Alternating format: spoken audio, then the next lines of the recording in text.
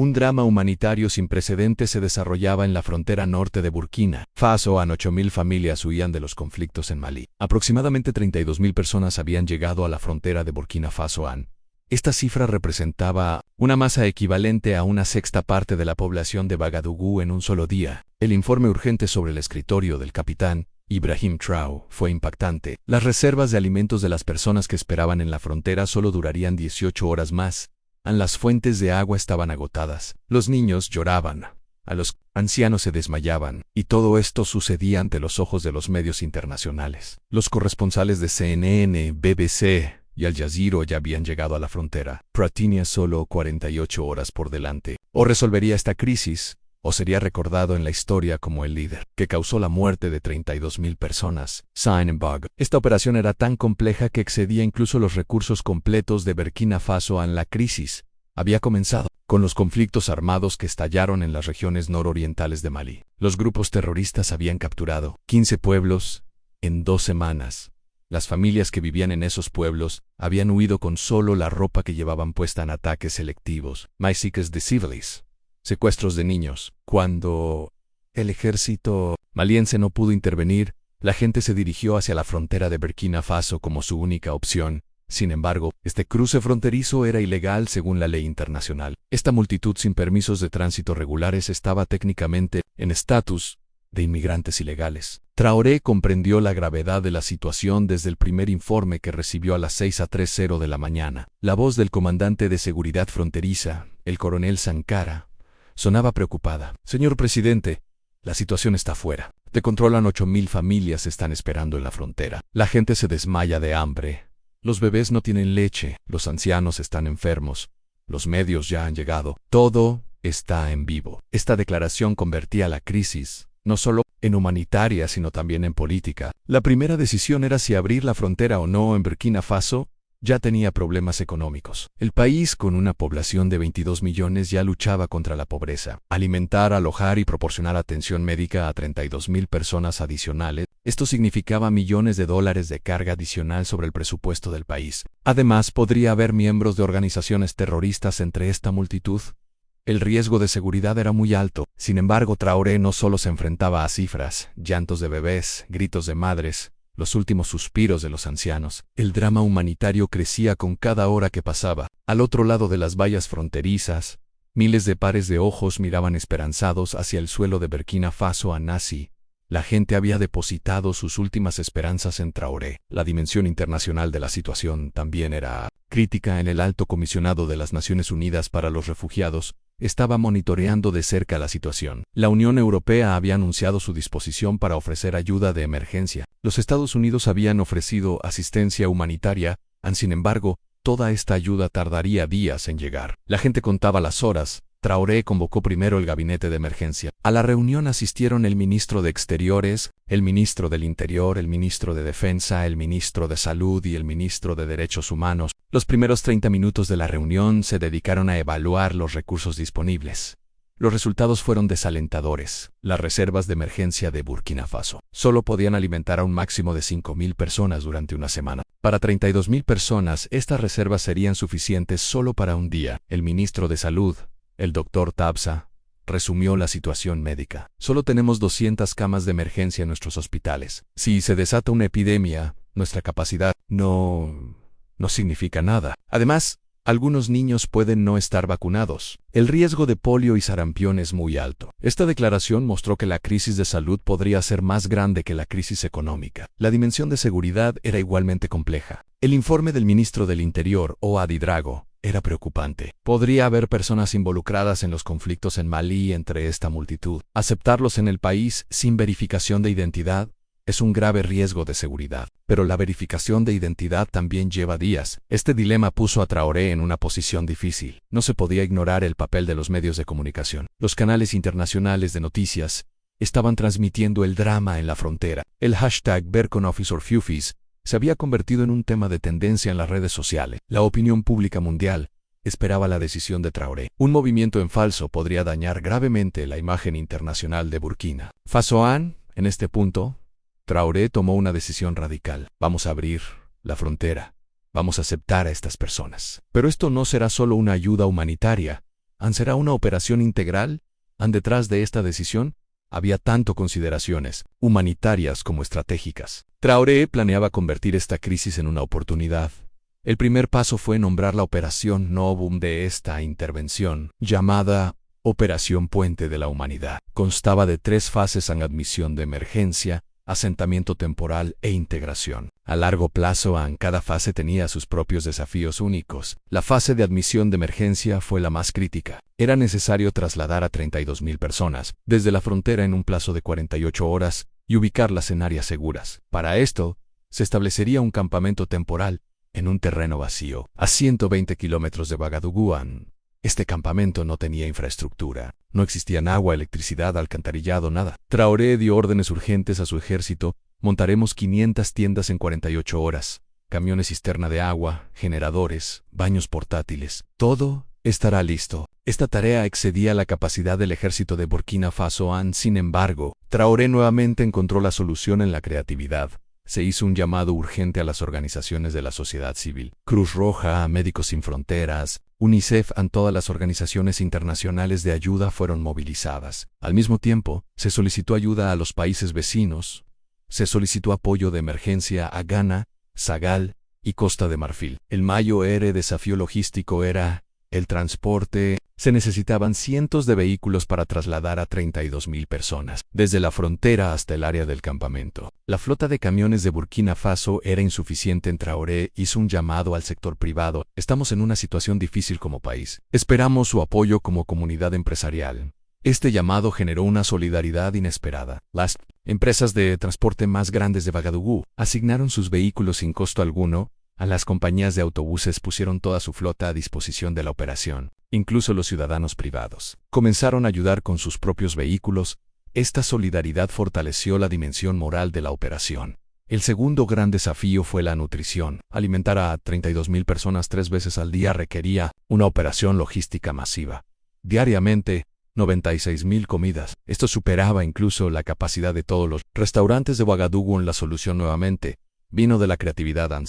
Movilizaron cocinas del ejército. Las cafeterías escolares aumentaron su capacidad a los voluntarios civiles. Comenzaron a cocinar comida en sus casas y llevarla al campamento. Durante este proceso, la solidaridad del pueblo burkinés salió a la luz. El tercer tema crítico fue la atención médica. Una multitud de 32.000 personas significaba un riesgo de epidemia. El doctor Topsova desarrolló un protocolo de salud de emergencia. Cada persona que ingresara al campamento primero pasaría por un examen de salud. Los pacientes graves serían aislados. Se completarían las vacunaciones. Los pacientes crónicos serían atendidos. Se necesitaban cientos de profesionales de la salud para implementar este protocolo. El número de médicos en Burkina Faso ya era insuficiente. Traoré también movilizó a los estudiantes de medicina. Los estudiantes de último año asumieron el turno de emergencia. Además, se hizo un llamado a voluntarios, especialmente médicos jubilados. La seguridad era el tema más sensible. La preocupación de que pudiera haber personas conectadas con organizaciones terroristas entre las 32.000 personas era real. El Ministerio del Interior desarrolló un protocolo de seguridad en 3 etapas: examen de seguridad en la frontera y seguimiento de inteligencia. En el examen fronterizo, se tomaría la información de identidad de cada persona. Se tomarían fotografías. Se registrarían las huellas dactilares. Esta información se compartiría con el gobierno de Malí y con organizaciones internacionales de inteligencia. Las personas sospechosas serían evaluadas por separado en centros especiales en 6 horas antes de que comenzara la operación. Ocurrió un desarrollo inesperado. El gobierno de Malí envió un mensaje oficial de agradecimiento. A Burkina Faso anunciaron: estamos agradecidos en nombre del pueblo maliense por este gesto humanitario. Este apoyo legitimó la operación. Al mismo tiempo, las Naciones Unidas también anunciaron su apoyo a la operación. El alto comisionado de las Naciones Unidas para los Refugiados dijo que el enfoque humanitario de Burkina Faso sirve de ejemplo. Este apoyo internacional fue crítico para el éxito de la operación. El primer día de la operación comenzó a las 5 de la mañana. En la primera fase, se trasladaron los grupos más vulnerables: mujeres embarazadas, madres con bebés, personas mayores de 65 años y niños enfermos. Este grupo era de aproximadamente 3.000 personas.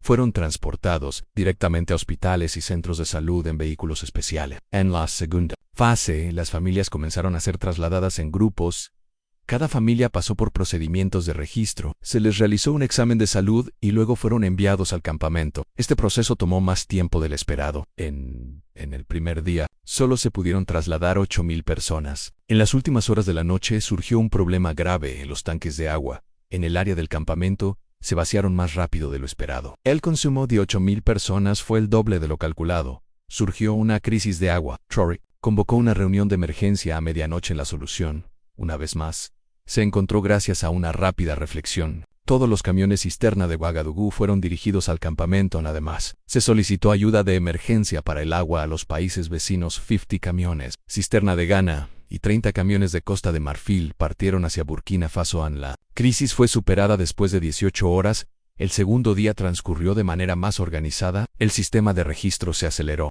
El examen de salud se volvió más efectivo en ese día. Se trasladaron 12.000 personas más. El total alcanzó los 20.000. Antas, 12.000 personas restantes serían trasladadas el tercer día. Sin embargo, en el tercer día surgió una nueva crisis. El sistema de alcantarillado del campamento se volvió insuficiente. Apareció un problema de higiene. Los expertos en salud advirtieron sobre el riesgo de enfermedades epidémicas. Era necesaria una intervención de emergencia. Esta vez, la solución vino de la tecnología. Se trajeron sistemas portátiles de alcantarillado. Se instalaron cabinas de ducha móviles, se activaron sistemas de tratamiento de aguas residuales. El problema se resolvió dentro de las 24 horas. En el cuarto día, las últimas 12.000 personas también fueron trasladadas. Ahora, 32.000 personas estaban en suelo burkinesán, pero el verdadero desafío apenas comenzaba. ¿Cómo integrarían a estas personas a largo plazo? Traoré anunció su plan a largo plazo, así que estas personas no son huéspedes, son hermanos. Los integraremos en nuestra sociedad. Este enfoque fue radical y audaz. La mayoría de los países planean acoger temporalmente a los refugiados e intentar enviarlos de regreso en la primera oportunidad. En el plan de integración incluía 3 grandes áreas: empleo, educación y armonía social. Cada área tenía estrategias únicas. En cuanto al empleo, Traoré fue pragmático. La mayoría de las personas provenientes de Malí eran campesinas. El sector agrícola de Burkina Faso sufría de escasez de mano de obra. Esta situación fue evaluada como una oportunidad. Las familias entrantes encontraron oportunidades de trabajo en tierras agrícolas vacías. También había refugiados dedicados a oficios: sastres, barberos, carpinteros. En estos grupos profesionales también eran demandados en Burkina Faso al proporcionar préstamos para pequeños negocios. Estas personas recibieron apoyo para establecer sus propios emprendimientos. En la educación fue el tema más sensible. Los niños refugiados necesitaban integrarse al sistema educativo de Burkina Faso. También existían diferencias de idioma entre los que venían de Malí. Algunos solo conocían el francés, mientras que otros hablaban lenguas locales. Como solución, se desarrolló un modelo educativo mixto. Los niños refugiados recibirían primero 6 meses de educación adaptativa y luego se integrarían a las clases regulares. Durante este proceso también se aseguraría la interacción social con los niños burkineses. La armonía social fue el tema más complejo. Las diferencias culturales, las sensibilidades religiosas, los conflictos tradicionales, todo esto podría complicar el proceso de integración. Traoré obtuvo el apoyo de los líderes comunitarios en este asunto. Los jefes tradicionales, los líderes religiosos y las organizaciones de la sociedad civil fueron incluidos en el proceso de integración. Se lanzaron programas de diálogo intercultural, se organizaron festivales conjuntos y competencias deportivas. 6 meses después, los resultados de la operación fueron evaluados. Los resultados superaron las expectativas. El 85% de los 32.000 refugiados se habían integrado con éxito a la sociedad burkinesa. La tasa de desempleo era solo del 8% al 92%. De los niños asistían a la escuela.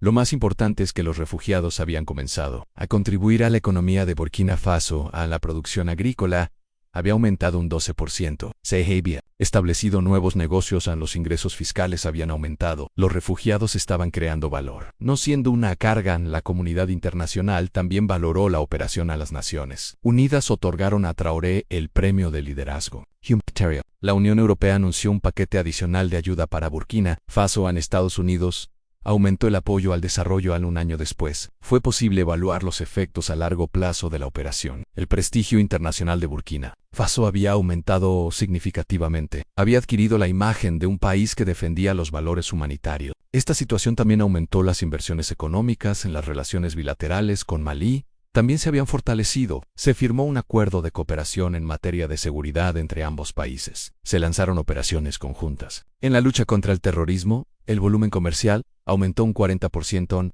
a nivel regional. La influencia de Burkina Faso también había crecido. Se mostraba como un ejemplo de liderazgo humanitario en África Occidental. Otros países comenzaron a buscar la asesoría de Burkina Faso. En crisis similares, el resultado más importante de la operación fue el aumento de la autoconfianza del pueblo burkinés. Se asentó la idea de que somos un país capaz de tomar las decisiones correctas en situaciones difíciles. Esta situación fortaleció la unidad nacional y la solidaridad. 2 años después, la gran mayoría de los refugiados habían obtenido la ciudadanía burkinesa. Ya no eran refugiados, sino burkineses. En este proceso demostró la corrección de la visión de Traoré. Uno de los resultados más llamativos de la operación fue el nombre dado a los recién nacidos. Las familias refugiadas comenzaron a llamar a sus hijos Ibrahim. Esta situación mostró el respeto de Traoré entre la gente. En 3 años después, entre los exrefugiados, algunos se habían convertido en médicos, maestros, empresarios. Algunos se habían convertido en candidatos para el Parlamento de Burkina Faso. Este éxito en la integración se mostraba como un ejemplo mundial. La dimensión tecnológica de la operación también condujo a importantes desarrollos. Se desarrolló un sistema de gestión de emergencias. Se creó un software de seguimiento e integración de refugiados. Así, las tecnologías comenzaron a ser exportadas a otros países. Los efectos económicos se hicieron más pronunciados a largo plazo. La mano de obra y el espíritu emprendedor traídos por los refugiados revitalizaron la economía de Burkina Faso. La tasa de crecimiento del PIB aumentó un 2%. Una parte significativa de este aumento provino de la contribución de los refugiados. También ocurrieron importantes desarrollos en el sector educativo. Se desarrolló un modelo educativo multicultural. Los niños de diferentes culturas estudiando juntos fortalecieron la cultura de la tolerancia y la empatía. También hubo mejoras en el sistema de salud. Se aumentó la capacidad de emergencia. Se establecieron hospitales de campaña. Se activó un sistema de alerta temprana para enfermedades epidémicas. Estos desarrollos fueron beneficiosos no solo para los refugiados, sino para todo el pueblo burkinés. 4 años después, la Operación Puente de la Humanidad entró en la literatura internacional. Comenzó a enseñarse como un estudio de caso en Harvard y Oxford. Fue referenciado en las políticas de refugiados de la Organización de las Naciones Unidas. El impacto social de la operación también fue permanente. En la sociedad burkinesa, la comprensión de ver las diferencias como una riqueza se consolidó. El multiculturalismo se convirtió en la fortaleza del país. En Traoré, en su discurso en el 5º aniversario de la operación, dijo: hace 5 años, teníamos 32.000 hermanos en nuestra puerta. Algunos de ti que no podíamos recibirlos, pero decidimos con nuestra humanidad.